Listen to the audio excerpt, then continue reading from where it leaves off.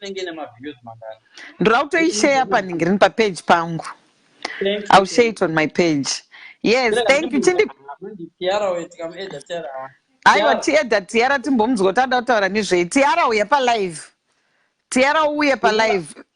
Munhu yavo yakapfeka zvake zvokuti asina bhudhi yazi. Anga asa yakapfeka kashoti kake kaya. Tiara usava nekachoti kako. Uyo wakapfeka mushe. Anzi Pharaoh kugungwa. Moses kutsvimbo. Hands kuna Beverly, not kuna Maibanda. Okay. No problem. Hands iwe, I'm not a ghost. Beverly, thank you. I'll be waiting for your message, Beverly. Thank you, Handy. Have a blessed day. Muparise mwana wamakatengera mota ndakaona motikari yamakamutengera nditi ko isusu hatengerwi handi. Muna kukumbira kumbira unopiwa. Dzekwenyu ndedzekuruboshwe kana ndedzekuruboshwe? Ndedzekuruboshwe. Aiwa ndedzekuruboshwe. All right, my banda. Thank you so much. You're welcome. You have a blessed day. Thank you, brother. Bye-bye. Yeah, babanga are my band. I think, guys, mangozvinzirawo at least mazvinzira kuna my band vacho. So, kana wakanzi nomwe munhu haunaki, ndakuconclude manje. Kana wakanzi nomwe munhu haunaki, don't listen to that person. Anonyeba. It's all ndichanonakira vamwe mberi uko. Usually anotozviziva kuti zvauri kutaura chokwadi. Hakuna munhu anonzi anaki. Dzimwe dzenguva ndakumbotaura dzimwe dzenguva unoti musikana we hanake nokuti hauna mutena only wamurega achingori dry. Aitani. Dzimwe dzenguva unoti hey mvura dzoga dzoga.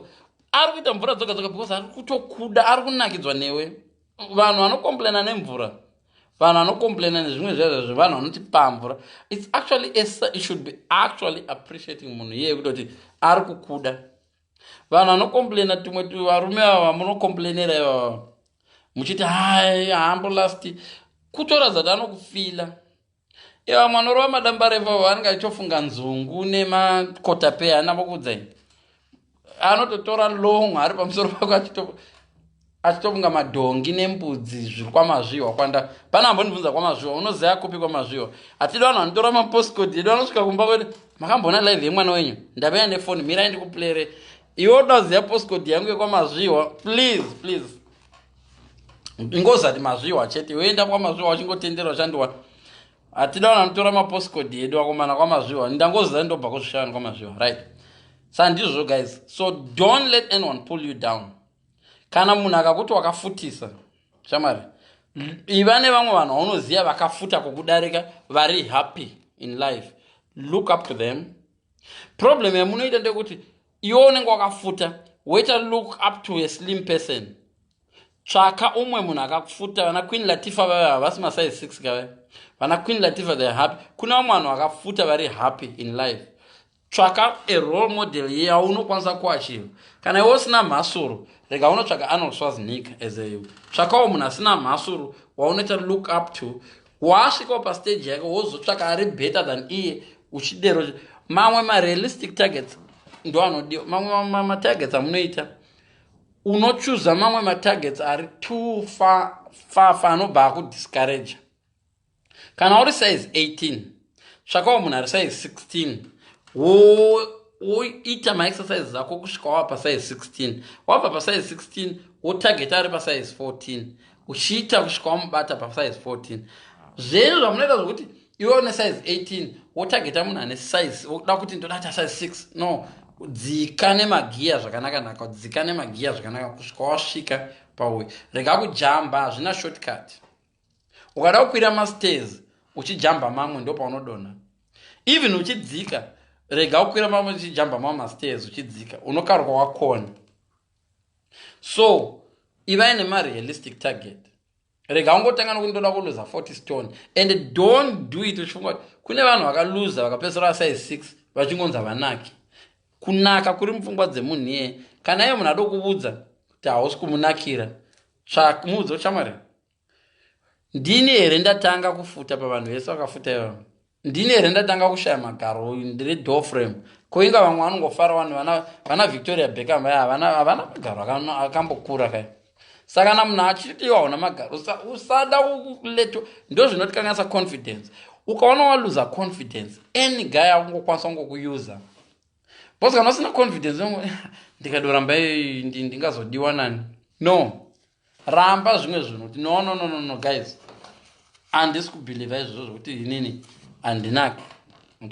So guys, answer ndakuudza ndiyo zviri mumind mako. Usafa wakambofunga kuti kune munhu anonzi anonaka. Nditokuudzai zviri mumind mako iwewe make iye. Kana asingadi kukuisa mind yako kuti uve iwe ndionaka, let them believe what they want. Iva vanhu vanokudero futi vakazokuona ungoti gare wawega wabo.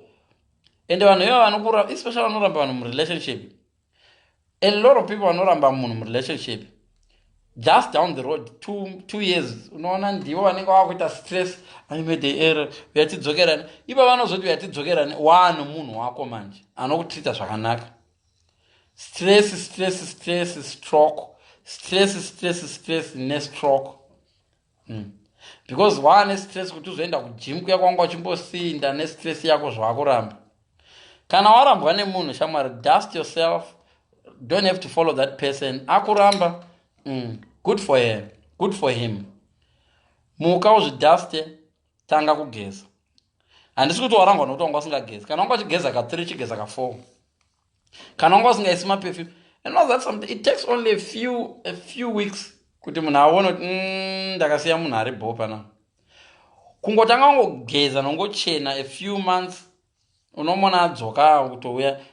The reason why iwanga chiti mukomana we musikana wako aruramba achingodzoka chididi, akaenda achifunga kuti uri balance.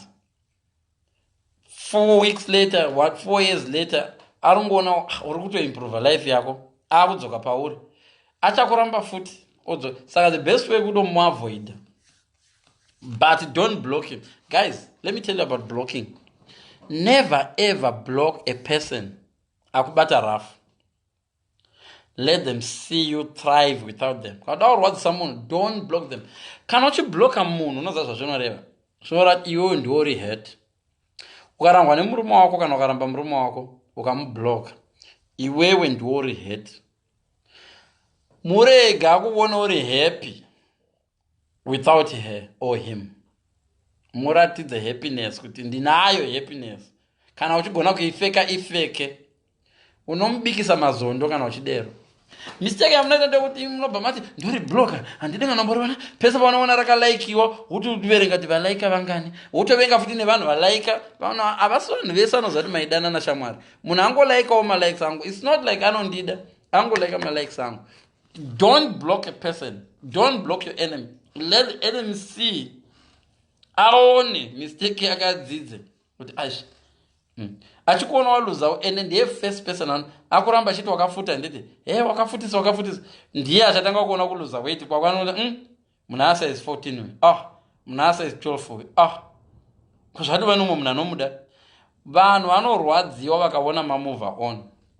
Zvavanenge vachida vanenge vada kuti uzvisungirire, unzi waita stroke, hanzi adonha muti, adaidai, ukadero manje vanenge vachifara.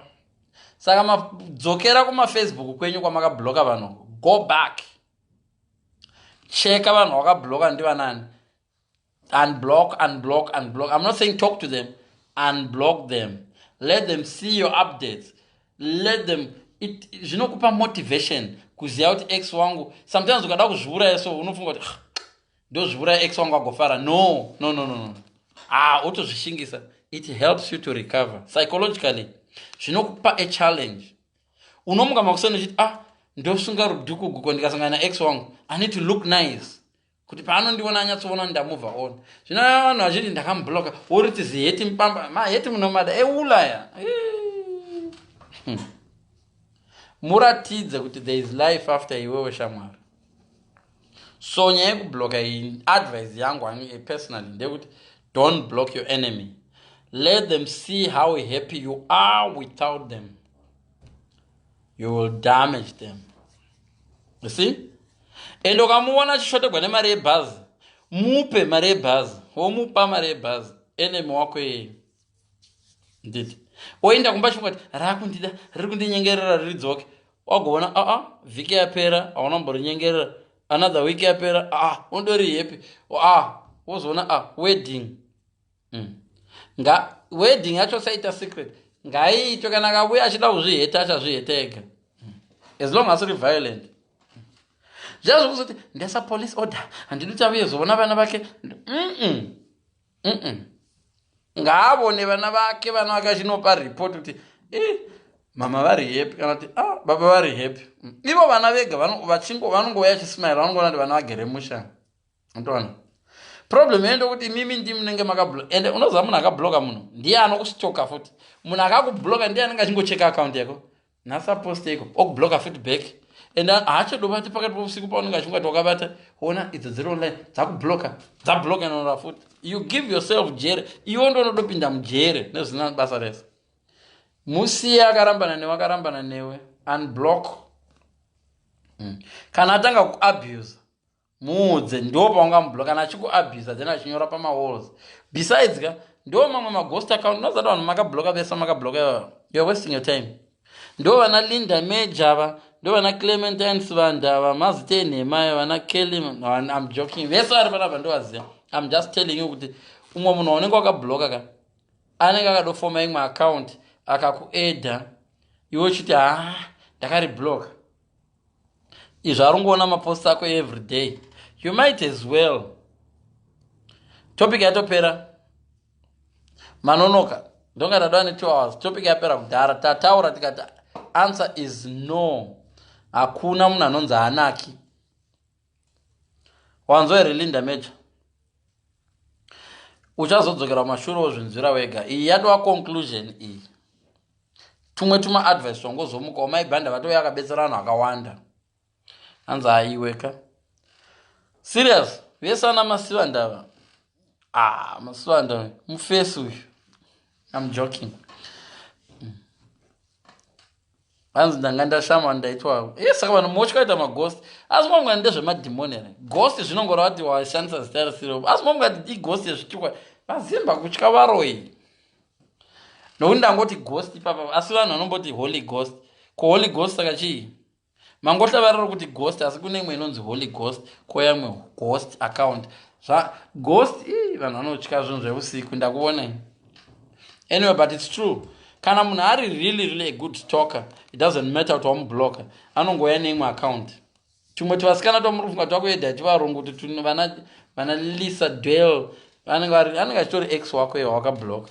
So it's a waste of muratidza kuti no, you know what, iwe ruta ghost account, I have unblocked you ku real account. Stop wasting your time. And unoza kuita ghost account ofunga kunorwadza, wombochinja password, wonologa on a different email. Ndonga vanhu iva vanonzwisa tsitsi, vanhu vanoita maghost.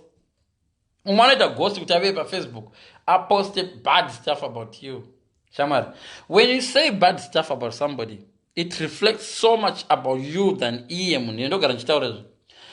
The more you talk bad about somebody, you are reflecting how bad you are iwewe more than iye. Both vachiti zirumere zimhonderere.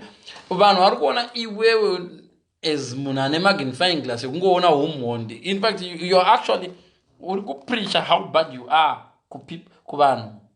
Havazvidiscover iko zvino, but vanozozvona later.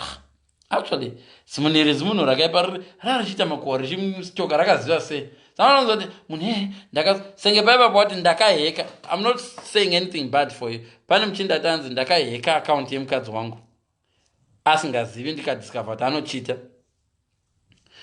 You got information you wanted, but method yawakashandisa inoita kuti even mumwe mukadzi anga achakuda nhasi. Ndomudi murume anozoheka phone yangu.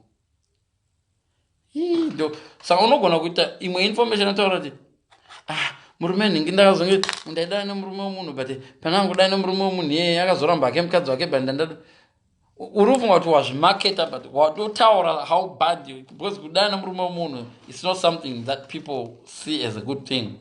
No matter how hurt you are, unotora murume wamaibhanda utanga kudana naye, but handisi kuti hazvisi kuitika, zvinoitika.